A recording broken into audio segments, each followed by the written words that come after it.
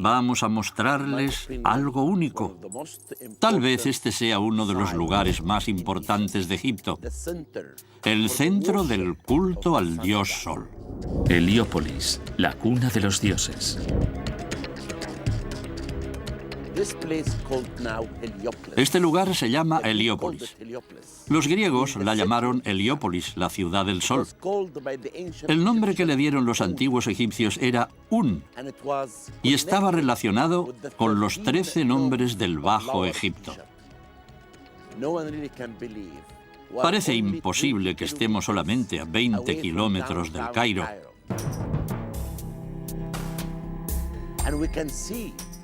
Visitaremos esta importante ciudad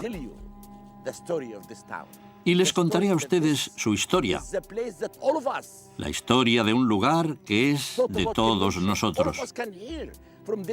Todos podemos aprender aquí cómo fue creado el mundo. En este lugar podemos aprender mucho sobre antigüedades, sobre el rescate arqueológico. Y hoy vamos a emprender otra aventura. Una aventura arqueológica. Durante varios siglos, eruditos y científicos llevaron a cabo su trabajo en Heliópolis. Mediante sus investigaciones hicieron importantes avances científicos y culturales. Su trabajo hizo que la gente conociera más profundamente las leyes de la naturaleza y el mundo en el que vivían. Con el tiempo nacieron varios cultos, incluyendo el culto al sol.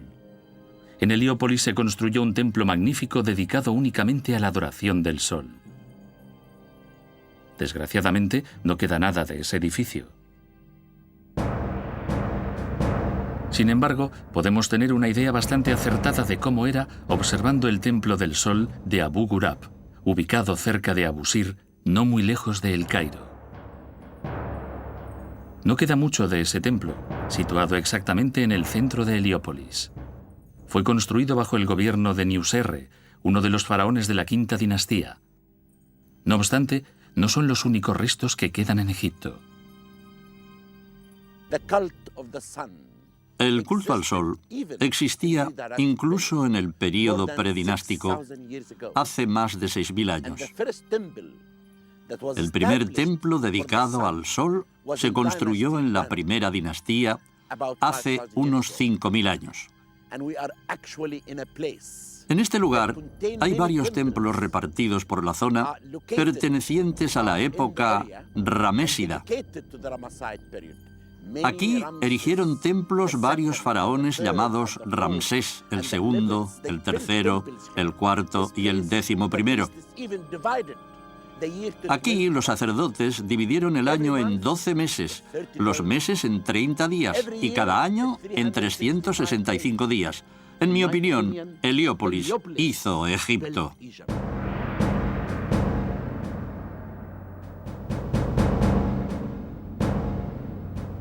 Los antiguos egipcios no sabían exactamente qué era el sol y, sin embargo, intuían que era el origen de la vida. Por eso veneraban todas sus manifestaciones. El dios del sol, Ra, era la divinidad principal de su panteón. Era el dios del renacimiento y era representado de muchas formas. Al amanecer era Kepri, en forma de escarabajo. Durante el día era Ra, un hombre con cabeza de halcón coronada por el disco del sol. Y finalmente, en el ocaso, era Atón, con forma humana y coronado con la doble tiara. Sin embargo, los antiguos egipcios no solo estudiaban el sol, sabían dónde estaban exactamente los puntos cardinales. La pirámide de Keops es un ejemplo perfecto. Los 4 lados del monumento están alineados con los 4 puntos cardinales, con un error de menos de 1/10 de grado. El observatorio de París fue construido en 1800, y la idea era alinearlo con los puntos cardinales, pero su desviación es el doble que la de la Gran Pirámide. Aunque las herramientas que usaban eran muy limitadas, los antiguos egipcios ya conocían la existencia de 5 planetas de nuestro sistema solar: Júpiter, Saturno, Marte, Mercurio y Venus. También podían distinguir varias constelaciones: el Cisne, la Osa Mayor, Casiopea, Siro y, sobre todo, Orión. Hemos podido determinar una notable correspondencia entre la posición de las estrellas que forman el cinturón de Orión y las 3 grandes pirámides de Gizeh. Parece ser que otras pirámides corresponden a otras estrellas de la constelación. ¿Es solo una coincidencia o es parte de un mensaje que los antiguos egipcios quisieron pasarnos? Durante siglos y dinastías, el culto al sol se hizo cada vez más importante, llegando a su clímax durante el reinado de uno de los faraones más polémicos de la historia egipcia, Akenatón. Akenatón abolió el culto a los dioses en favor de un solo dios, Atón, provocando una revolución religiosa y social. Atón, el único dios, y el rey sustituyeron la teología tebana del sol que veneraba a Amón. El sol, representado en principio como un hombre con cabeza de halcón, fue identificado entonces con un disco. Los rayos irradian de esa esfera, terminando en las manos de Ankh, que sostienen la clave de la vida, de la humanidad y de toda la creación. Pero, ¿quién era Akenatón? ¿Y por qué su figura ha sido origen de tantas contradicciones durante siglos? Es fascinante especular sobre la personalidad de Akenatón. ¿Era un genio? ¿Era un loco? ¿Era un poco de ambas cosas? No lo sabemos, pero indudablemente era un innovador. Su religión y su arte, como reflejo de la religión, eran muy originales. Especialmente durante los primeros tiempos de su reinado, Akenatón y su familia eran representados con un aspecto inusual. Tenían el rostro muy alargado, una mandíbula grande, el vientre hinchado y las extremidades curvadas. A nosotros nos parece muy extraño. Se ha discutido mucho sobre qué representan estas características. ¿Son un reflejo del auténtico aspecto de Akenatón? ¿Reflejan una deformidad congénita de algún tipo? ¿Qué condujo a que Akenatón rompiera el equilibrio de un sistema? ¿Era una lucha por el poder entre la clase religiosa o era el plan de un visionario? Había un gran conflicto entre el rey y el gobierno, los funcionarios y el sacerdocio de Amón. Sobre esa situación había una exaltación de la autoridad real a través de la valorización de su apariencia divina. La bella y poderosa Nefertiti asumió un papel prominente durante el reinado de su esposo, Akenatón.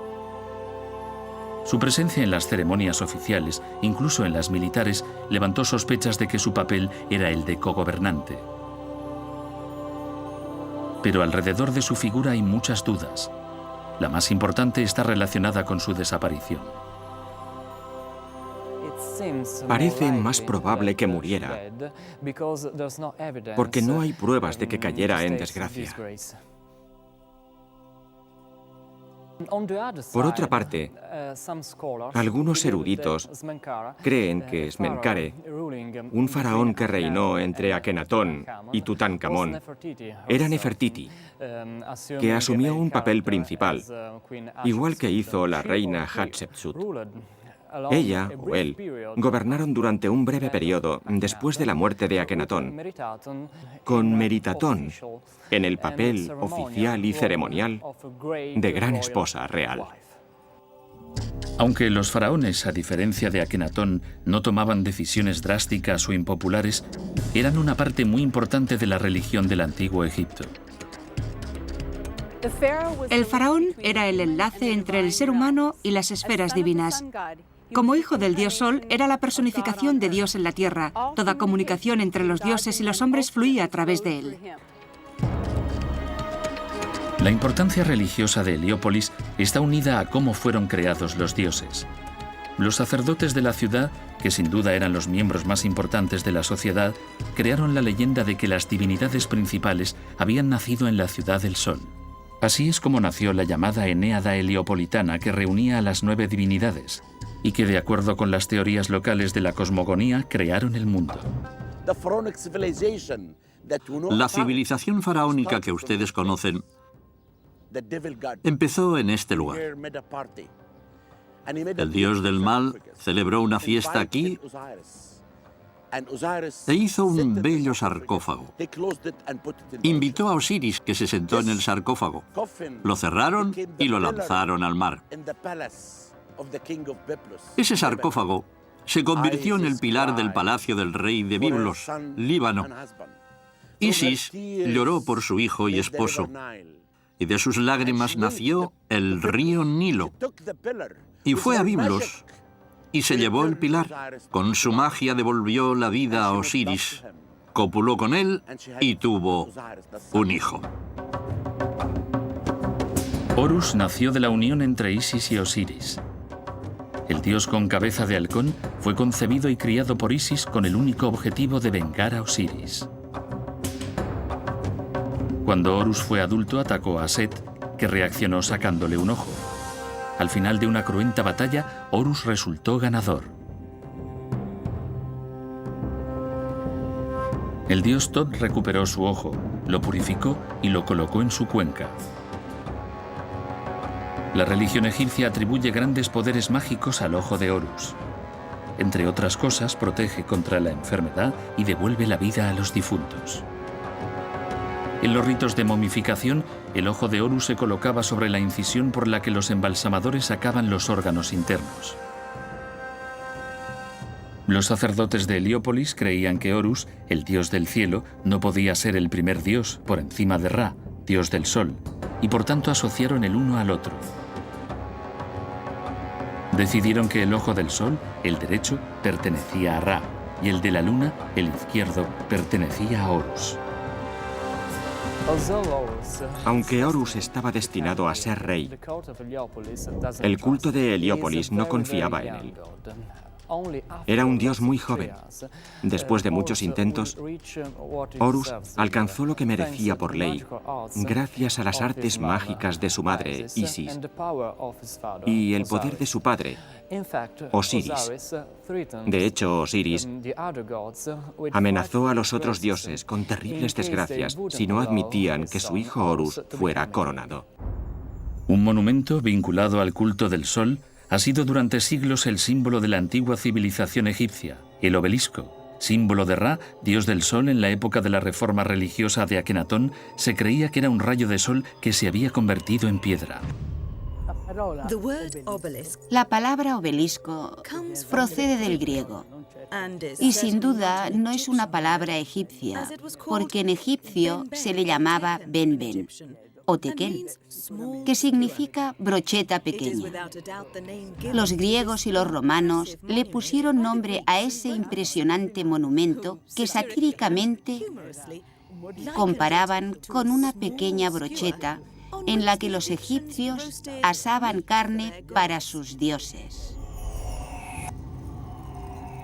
Entre los escasos restos de la antigua Heliópolis también hay un obelisco levantado por Senusret I, segundo faraón de la 12ª dinastía.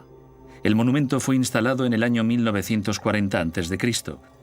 Mide algo más de 20 metros de altura y no es particularmente impresionante. Sin embargo, tiene una característica que lo hace único. Es el obelisco más antiguo del mundo. Pero ¿cómo construían los obeliscos? Se han elaborado muchas teorías sobre las técnicas utilizadas. El descubrimiento del gran obelisco incompleto en Asuán fue de gran ayuda. El bloque de 42 por 4 metros habría sido, de haberse terminado, el obelisco más grande del mundo. No se completó debido a las fracturas que se produjeron cuando lo retiraron de las rocas que lo rodeaban. Para extraer los bloques, los antiguos egipcios extraían las rocas de los lados calentándolas y enfriándolas luego con agua.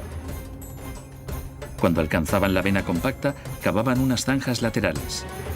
Entonces podían extraer el bloque. Levantar un obelisco era una operación muy complicada, especialmente porque se arriesgaban a que se partiera por la mitad. El primer paso era colocar un pedestal de granito en el suelo. A ambos lados se construían 2 bancales creando una especie de embudo. El hueco entre los 2 bancales se llenaba de arena. Entonces el obelisco se deslizaba sobre uno de los bancales y se colocaba sobre la arena que se extraía lentamente. Una vez retirada esta, el obelisco bajaba y se situaba sobre el pedestal. Cuando estaba totalmente vertical, quitaban los bancales. El trabajo estaba terminado. El obelisco estaba de pie.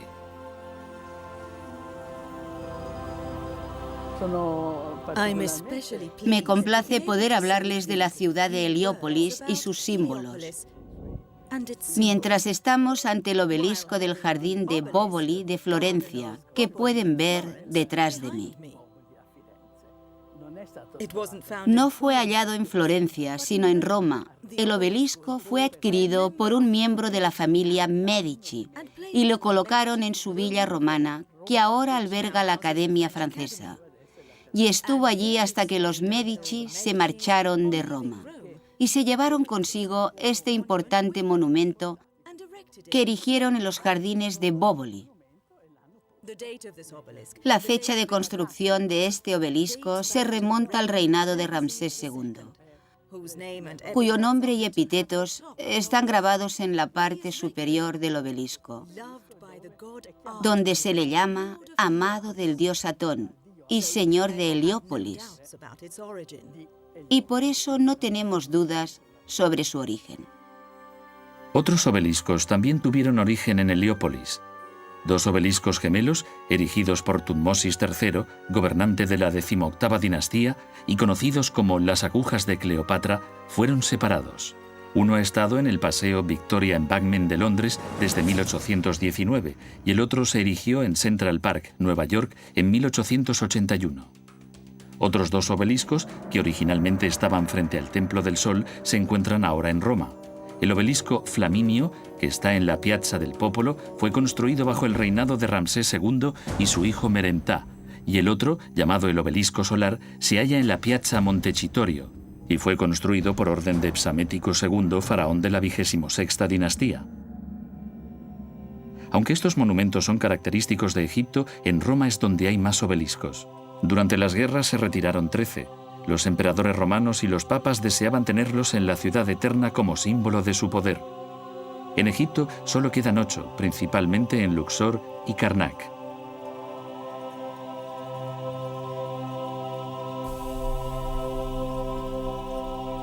El sol tenía gran relevancia en la antigua cultura egipcia y estaba conectado con muchos aspectos diferentes de la naturaleza. Ra, en sus manifestaciones terrenales, se reencarnaba en muchos animales. El más importante de ellos era el ave fénix. El ave fénix, que en Heliópolis acompaña al culto del sol, representa la resurrección. Y en cierta forma es equivalente al dios Osiris, que prometía la resurrección después de la muerte. A veces, Heliópolis recibía la visita del ave fénix, su ave sagrada, que se posaba en el Ben Ben, una piedra con forma de pirámide, y era venerado en el templo del Fénix desde las primeras dinastías. Parece ser que su forma fue la que inspiró las pirámides y los obeliscos. Esta piedra era tan sagrada y tenía tal importancia religiosa que los sacerdotes de Heliópolis la trasladaron cerca de la colina creada por Nun, donde Atón, creador del universo, dio vida a las divinidades de la Enéada. El origen de la piedra sigue siendo un misterio. Según algunas leyendas, la piedra original era un meteorito que cayó en la Tierra. ¿Es un bulo destinado a dar un aspecto sagrado a esta leyenda o una historia verdadera?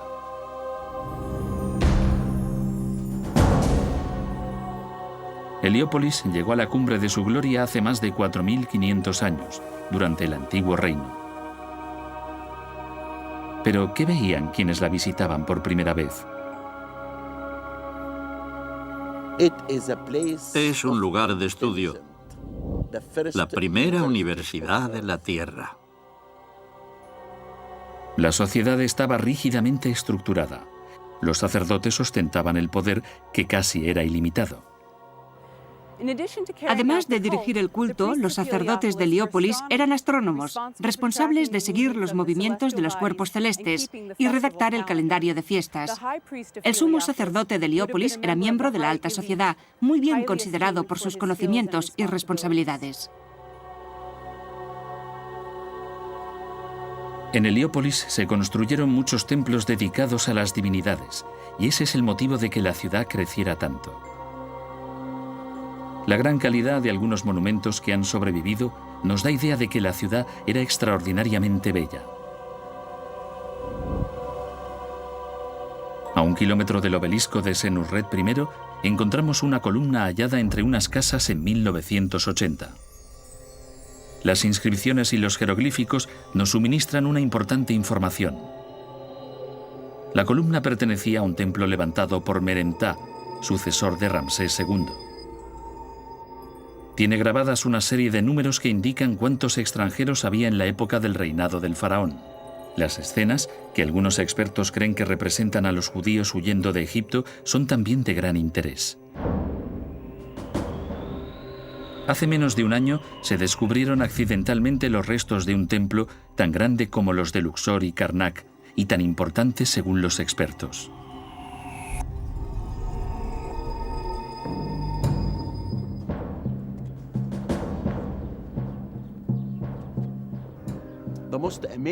Lo más sorprendente es que encontramos las primeras evidencias que demuestran que el templo se remonta al reinado de Akenatón. El nombre de Akenatón está escrito en signos jeroglíficos y también el de su bella esposa, Nefertiti. Su nombre está escrito en una piedra que llamamos Talatat. En árabe, Talatat significa 3, y ese es el estilo de los bloques con los que se construyó el templo de Akenatón. Esto puede probar que Akenatón no solo construyó templos en Amarna, como se creía antes, sino que lo hizo en muchos lugares. En una de las áreas más importantes construyó su templo, en el lugar del dios Sol. Quería demostrar que Atón, posterior al dios Sol, era el más importante. El segundo templo construido aquí era el de Ramsés II. Esta es la gran planta del templo que encontramos, la planta principal del templo. Y este es el bello pedestal de una estatua en cuyo cartucho aparece el nombre de Ramsés II. Y arriba pueden ver la inscripción que demuestra que Ramsés II construyó este templo para sí mismo, como sumo sacerdote del culto al dios Sol. Te honramos a ti cuando te levantas sobre tu horizonte como Ra, donde se halla la verdad. Tú navegas por el cielo, y cada rostro que te mira cuando viajas se oculta de tu fuerza. Te muestras por la mañana y por la noche, todos los días. No es difícil hacer hallazgos sorprendentes en los suburbios de El Cairo, como es el caso de una de las tumbas más hermosas descubiertas en los últimos años, que también se descubrió accidentalmente. Pertenece a un hombre cuyo nombre era Banahsi y era nubio, porque ya saben ustedes que Nubia gobernó Egipto durante la 25ª dinastía, una dinastía anterior a la época de esta tumba, porque esta tumba se remonta a la 26ª dinastía, al reinado de un rey llamado Pestmati, cuyo nombre está escrito en los jeroglíficos como Nefer Ibra. Esta tumba es pequeña, pero hay inscripciones del libro de los muertos, el libro que explica el viaje hacia la vida después de la muerte. En muchas escenas vemos a Heper, el escarabajo, dentro del disco del sol, representando al dios Sol. Y Banahsi, conducido por el dios Tod y el dios Ra-Horakhti, se dirige en un bote en busca de la inmortalidad. Pero el lugar más hermoso y la escena más hermosa es la que está en el techo. Es la diosa Nut, la diosa del cielo. Está sujetando el cielo con sus manos. Cada inscripción, los colores, los jeroglíficos, nos cuentan la historia de la búsqueda de la inmortalidad.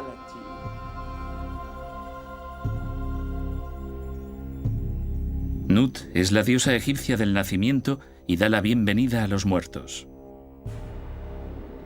Hermana y esposa de Geb, dios de la tierra, Nut es la diosa del cielo. Los egipcios la representaban en posición arqueada sobre su esposo, separada por el aire, Shu. Es la madre de todas las estrellas y, según el mito, Las daba a luz todas las noches y a la mañana siguiente se las comía. La posición que adopta la diosa simboliza su poder sobre el sol y la luna. A menudo se la representaba del mismo modo en los sarcófagos, que a su vez simbolizaban el vientre de Nut. Se suponía que los difuntos nacerían nuevamente saliendo del cuerpo de Nut.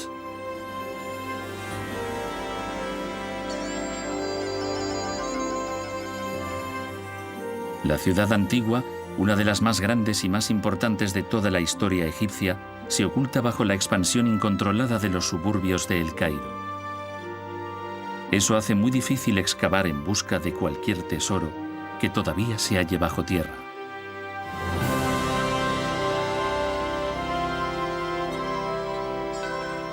Esta es la excavación más difícil que se pueda hacer. La llamamos arqueología de rescate. Recientemente hemos descubierto una tumba bajo una casa. Teníamos que sacar la tumba, pero no queríamos destruir la casa. No queremos perjudicar a nadie. Al lado de este templo hay edificios de 5 o 6 pisos. Debajo de todas esas casas hay muchos tesoros escondidos debajo. Tenemos que rescatar esos tesoros, pero sin poner en peligro a la gente. Es la excavación más difícil, pero la más interesante porque cada día encuentras evidencias para reconstruir la historia de la zona, el centro del dios Sol, de Ra.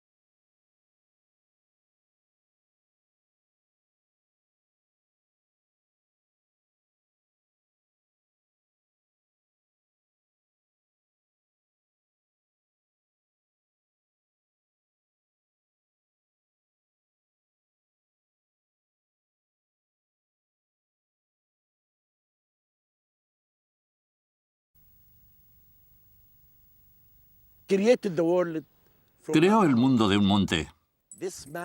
El dios Atón salió de ese monte y solo había agua. El monte estaba en medio del agua y el dios salió del monte para crear el mundo. De sí mismo hizo un dios, Geb, el dios de la tierra, y la diosa Nut, la diosa del cielo. Estos dos dioses tuvieron 2 hijos. Tefnut, la diosa del rocío, y el dios del aire, Shu. Se casaron y tuvieron 4 hijos, Isis y Osiris, Set y Neftis. Set era malvado y Osiris era bueno. Isis era su dama fiel. Así es como nació Egipto, de este lugar. Así nació la civilización faraónica que conocemos. Empezó en este lugar. El dios malvado celebró una fiesta aquí e hizo un bello sarcófago. Invitó a Osiris, que se sentó en el sarcófago. Lo cerraron y lo lanzaron al mar. Ese sarcófago se convirtió en el pilar del palacio del rey de Biblos, en Líbano. Isis lloró por su hijo y esposo, y de sus lágrimas nació el río Nilo. Y fue a Biblos, y se llevó el pilar, y con su magia devolvió la vida a Osiris. Copuló con él y tuvo un hijo. Pero el dios malvado cortó a Osiris en 14 pedazos y los esparció por todo el Cairo. Los lugares donde estaban esos 14 pedazos se indicaron con jeroglíficos. Se llaman Per Usir, que significa lugar de Osiris. Cada lugar tenía un pedazo del cuerpo de Osiris.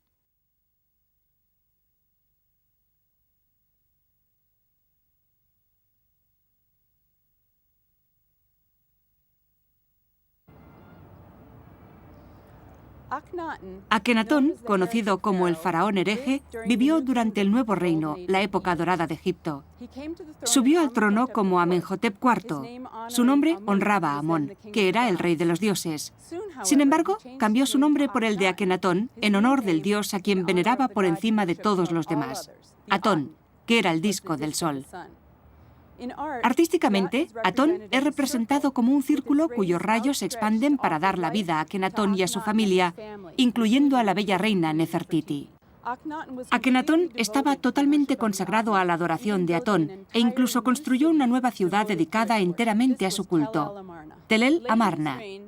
A finales de su reinado, Akenatón ordenó que fueran cerrados los templos de otros dioses y que se borraran sus nombres de todos los monumentos. Esta prescripción fue especialmente dura con el dios Amón, que había sido el rey de los dioses. Con estas acciones, Akenatón se convirtió en el primer monoteísta de la historia del mundo. También le dio fama de hereje. La revolución religiosa de Akenatón no duró mucho tiempo. Poco después de su muerte, su sucesor, que probablemente fue su hijo Tutankamón, reabrió los templos de Amón y de los otros dioses que habían sido abandonados en Tel el Amarna. Otros faraones posteriores ordenaron que el nombre de Akenatón fuera retirado de todos los monumentos e incluso que fuera borrado de la historia. Afortunadamente no lo consiguieron totalmente y quedaron bastantes vestigios, especialmente en Tel el Amarna, donde hay mucho material para saber de este interesante faraón.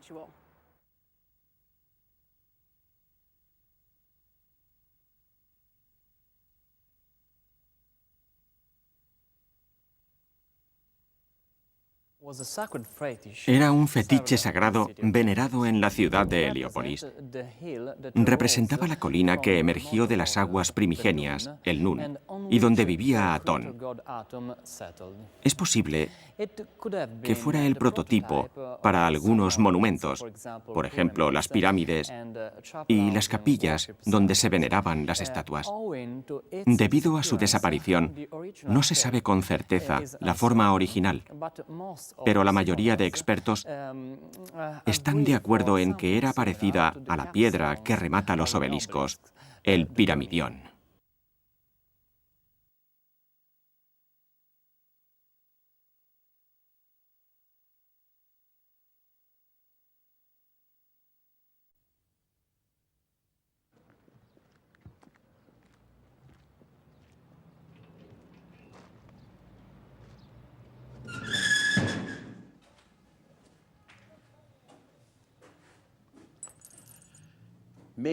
Tal vez esta sea la tumba más bella que puedan ver.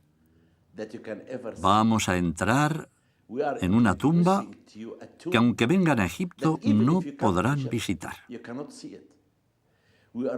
Vamos a mostrarles algo único, algo que solo pueden conocer, ver y contemplar gracias a este vídeo. Conocemos las tumbas del Valle de los Reyes, las tumbas perdidas de Tebas, las tumbas en Saqqara. Pero es increíble que entre las casas del centro del Cairo se encuentre la tumba más bella recientemente descubierta en Egipto. Y voy a llevársela a su casa para que la contemplen. Es pequeña, pero única. Pertenece a un hombre cuyo nombre era Banahsi y era nubio, porque ya saben ustedes que Nubia gobernó Egipto durante la 25ª dinastía, una dinastía anterior a la época de esta tumba, porque esta tumba se remonta a la 26ª dinastía, al reinado de un rey llamado Peshmatik, cuyo nombre está escrito en los jeroglíficos como Nefer Ibra. La historia del descubrimiento es asombrosa y nos demuestra que esta zona es importante. Los abogados de El Cairo compraron este trozo de tierra. Pagaron 50 millones de libras egipcias, unos 8 millones de euros.